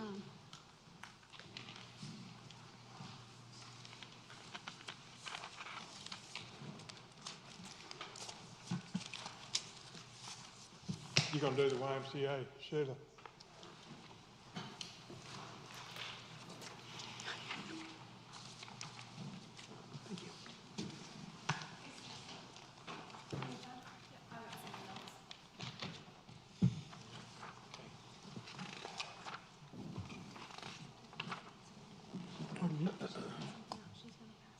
Okay.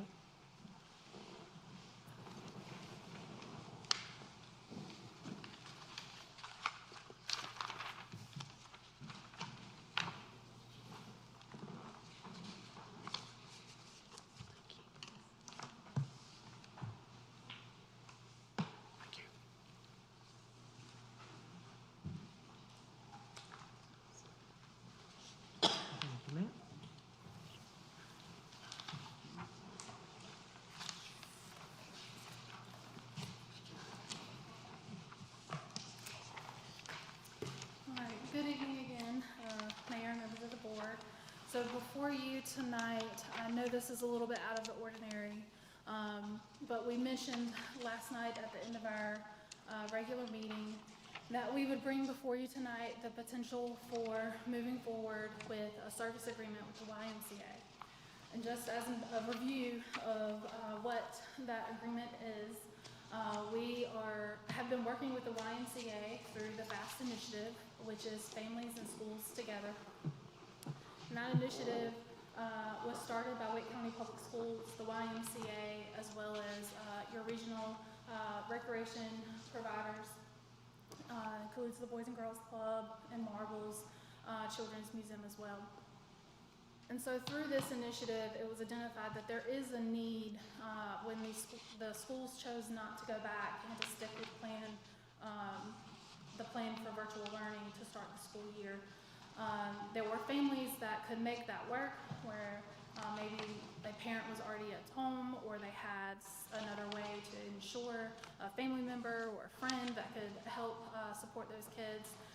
There were also families that could work from home, but there's also those families that both parents or the caregivers, the typical caregivers, need to go to work and don't have an option for all-day childcare, or need an alternative option for all-day childcare, and an option to ensure that their children's virtual learning is getting completed, so that when they're returning from work, they're able to focus on their children and know that that work has been completed. And through this initiative, it's kind of been, we talked about how we were putting this plane together as we go. Everything has been just kind of fast. We're learning with the school system. There were things they didn't know at first, how virtual learning would roll out, what it would look like. Then we ran into a snag with, you can't operate childcare or a program that offers childcare, or where you have children in your care for more than 4 hours a day for more than 16 weeks out of the year. That would be, if you did, you would have to be a licensed childcare provider. And that would be a tremendous burden on specifically your recreation apartments. That's not something that we typically get in the realm of as being a licensed childcare provider. It completely changes the scope of what you're offering and how you offer it. And so bringing in the YMCA, that is something, what DHHS came out a couple of weeks ago, I think it was 2 weeks ago, that the option we would have is if someone, a nonprofit, for example, were to be contracted by the school system. And in this instance, the YMCA has been able to secure that contract with the school system in order to get that variance for not being a licensed childcare. So in terms, they're an extension of the school system. And so things have come together very quickly. As of this afternoon, I said up until 5:40, I was on the phone with the YMCA still talking about Exhibit B, which you do not have before you this evening. And so that is a change from what you saw in the staff report that I emailed earlier today. I'm happy to answer any questions about that. But essentially what Exhibit B will state is who's responsible for cleaning what.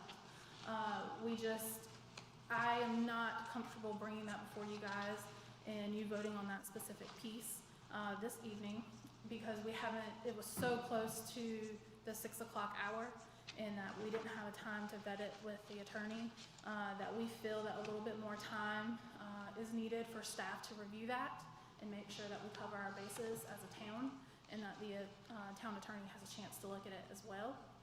So what we are recommending through the advice of the town attorney is, instead of voting on the full agreement tonight, that instead the discussion before the board would be for the Board of Commissioners to authorize conditional approval for the service agreement upon review and approval of Exhibit B by the town manager. I'm available to answer any questions you have. Was there anything in there about the Wi-Fi use or data Yes. through virtual learning? Yes.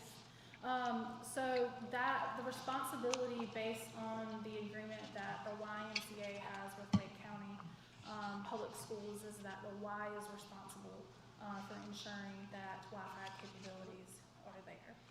So we've done some testing of our facility, and what the Y has told us is if our facility does not currently have the capacity to support the virtual learning that they need, that they will pay to have the service increased at our site for that period of time.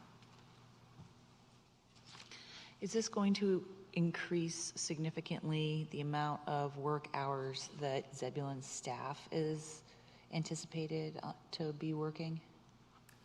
No, so there's nothing that is outside of the current budget and outside of our typical operating hours. Okay. We are working limited hours at this time because of COVID, but we are budgeted to be open within the hours that they're seeking to run this program. Okay.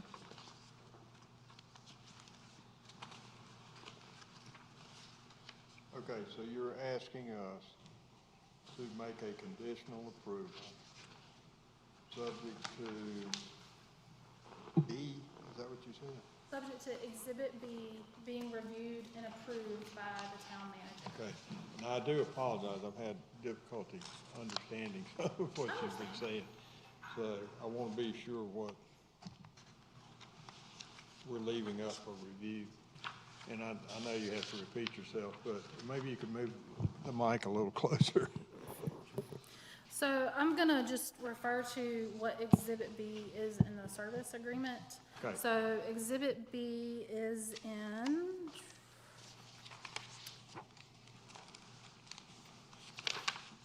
item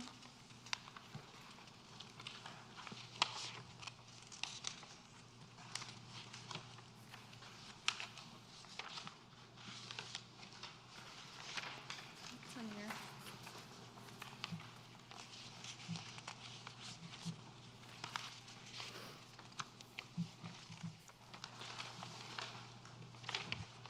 So it's in item number 4 of the service agreement. And what item 4 says is under requirements, the parties understand and agree that it is a material inducement to each that the other maintain a safe and clean environment in connection with the use of the space in the community center. The YMCA agrees that it shall at all times comply with the requirements set forth on Exhibit B and any other applicable state or local ordinances, rules or regulations regarding the use of the space and operation of the program. Collectively, the requirements at all times during the hours of operation. Likewise, Zebulon agrees that it will comply with all applicable requirements at all times with respect to the community center and as required by paragraph 1 with respect to the use of space by parties other than the YMCA. So what that's getting to is if there's specific requirements throughout the day or at the beginning of the program, throughout the program, and at the end of the day, how it's getting cleaned, what's getting cleaned. So what is the disagreement that's between you now? There really wasn't a disagreement. There was just kind of some language changes, and they put in there something about changing air filters on a monthly basis, where we change them on a quarterly basis. And so that's something where they've agreed to take that out, but there were just some pieces in there that it was just too close to the wire that I'd like to make sure that things aren't too ambiguous and that they are specific so that the town is protected. Okay. Well, my apologies for asking you to go back over it, but there is an Exhibit A, but no Exhibit B in this. Yes, so I did not include Exhibit B because we did not have a finalized Exhibit B. I know, but it would have been a document to work from. Correct, it would have been, but it really isn't prepared. Okay. All right, what you want to do? Sheila, may I say something? Sure. Bob, the Exhibit B that they provided us is a very thin document, and it's not necessarily wrong. It just doesn't have a lot of detail. One of the examples that Sheila and I talked about is it says, YMCA will provide cleaning supplies for daily cleaning of spaces. YMCA will provide cleaning of spaces used during the day. Well, we know that the YMCA has a COVID cleaning policy. And we were talking about, why didn't they just include the COVID cleaning policy in here instead of this really thin kind of information? The other thing is we've been trying to get this Exhibit B from them for about a week now, and they just haven't been able to pull it together. So it may be that they just gave us the best they could on a real quick turnaround, and it really just doesn't feel like it's got an adequate description of what they're going to do. Well, is this their first shot at this sort of thing? No, they've got one in Nightdale, right? So this isn't their first shot at this, but we asked for this particular process, something different. So they are using a lease with the town of Nightdale. And in talking with Eric, that a lease was not the appropriate route that the town of Zebulon would want to go, that a service agreement was better. So they didn't necessarily have all of the pieces, and we were writing this all within the last week and working together within the last week to pull this together. Well, the reason I asked that, it just seemed like if they'd been down this road before, that this ground would have been covered. The lease concept that Sheila's talking about is important because it means that they have exclusive use of the premises. In this case, they're only going to use those premises during operation hours, and then the town has reserved the right to use it during non-operating hours. So it's a little different. Once they have exclusive use of it, then they don't really have to say what it is that they're going to do to clean it. So it's possible that that lease agreement didn't even include an Exhibit B type of document. Okay. Yes, sir. Yeah, 2 questions. I know time is of the essence. When do they plan to have this up and running? Their intent is to have this program up and running by the 31st of this month. Okay, by the end of the month. Yes, sir. And question 2 would be, because this is on town property, has there been any consideration given about town citizens having first dibs on the registration process, or is it going to be open to anybody in the area? So the way the WISE registration program goes, and that is something we asked for, is that it is a first-come, first-served basis, and their system doesn't have a way to differentiate what's a town resident and what isn't. So, I mean, I agree that would be great to have that for our community, but their system and in the time we have to work with, they don't have the ability currently to recognize what is and isn't. We are getting a reduced rate. Our community is getting a reduced rate. And as I mentioned, I believe the town of Nightdale, the same program is about $151 a week per child. Another neighboring community in Eastern Wake was given the price of $200 per day. Per hour would be terrible. But yeah, $200 per week. So I mean, the fact that we've been able to secure this rate is a great item for us. But we have the rate with no guarantee that that rate is going to be applied to our citizens, right? Because it's anyone that first come, first serve, you get to go to Zebulon, to the YMCA program for the rate that you've negotiated. Right, but I think if you take into consideration how much, more than likely, the people that are going to participate in this program are going to be from the Zebulon, the general greater Zebulon area. And it's going to impact the people that work here in our community, which is that tie to that economic development. Because someone's not going to drive out of their way. They're not going to drive from Raleigh Correct. to Zebulon because that would be cost prohibitive in the end. So I think even though there's not a way for us to say for sure it's a Zebulon resident or not, I think overall it is going to serve Zebulon. Yeah, I would- Because I know a lot of people that work in Zebulon don't necessarily live here, and I'm kind of concerned about a bunch of Raleigh folks who work in Zebulon would bring their kids here, and then our own citizens couldn't get in Yeah. and use the resource locally. And I think the other way to look at that is that's part of your, part of this economic development strategy as well. And that's something that I know I talked with our counterpart in Wake Forest, and their chamber is on them to offer something, even if it's just space, because there are businesses and employees of these businesses in our communities that do have this need as well.